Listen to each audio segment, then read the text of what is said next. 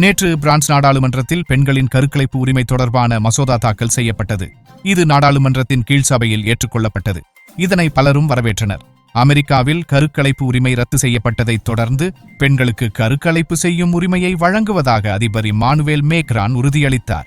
கருக்கலைப்பு செய்வதற்கான பெண்ணின் உரிமையை பயன்படுத்துவதற்கான நிபந்தனைகளை சட்டம் தீர்மானிக்கும் என்றும் அரசியலமைப்பின் 34வது பிரிவு திருத்தப்பட வேண்டும் என்று பிரெஞ்சு அரசாங்கம் கூறியுள்ளது.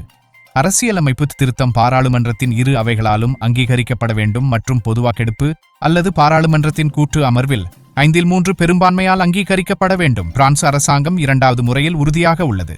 இருப்பினும் தேசிய சட்டமன்றத்தை விட செனட்டில் இந்த விருப்பத்திற்கான ஆதரவு குறைவாக இருப்பதாக கூறப்படுகிறது. பாராளுமன்றத்தில் பிரதிநிதித்துவப்படுத்தும் பிரான்சின் முக்கிய அரசியல் கட்சிகள் எதுவும் கருக்கலைப்பு உரிமைகளை கேள்விக்குள்ளாக்கவில்லை.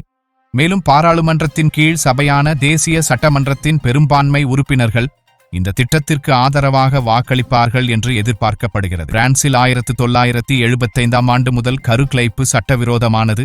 ஆனால் குறிப்பாக அரசியலமைப்பில் கருக்கலைப்பு உரிமைக்கு உத்தரவாதம் அளிக்கும் சட்டங்கள் எதுவும் இல்லை. அமெரிக்காவில் பெண்களுக்கு கருக்கலைப்பு செய்யும் உரிமையை ரத்து செய்ய உச்சநீதிமன்றம் முடிவு செய்துள்ளது. இந்த மசோதா அறிமுகப்படுத்தப்பட்ட போது கருக்கலைப்பு உரிமைக்கு அச்சுறுத்தல் இருப்பதாக பிரான்ஸ் அரசாங்கம் கூறியது. இந்த கோரிக்கை தொடர்பில் பிரான்ஸ் மட்டுமன்றி ஐரோப்பிய நாடுகள் உட்பட பல நாடுகளும் தமது கருத்தை தெரிவித்துள்ளதாகவும் தெரிவிக்கப்படுகின்றது. சர்ச்சைக்குரிய மற்றும் கட்டுப்பாடான கருக்கலைப்பு சட்டத்திற்கு எதிராக போலந்தில் கடந்த ஆண்டு ஏராளமானோர் போராட்டம் நடத்தினர்.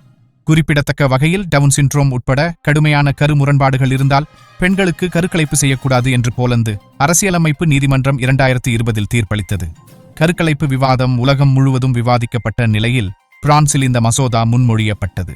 பிரதிநிதிகள் சபையில் ஒப்புதலுக்கு பிறகு இந்த மசோதா செனட் சபைக்கு மாற்றப்படும். பெரும்பான்மை இருந்தால் அது செல்லுபடியாகும் என தெரிவிக்கப்பட்டுள்ளது.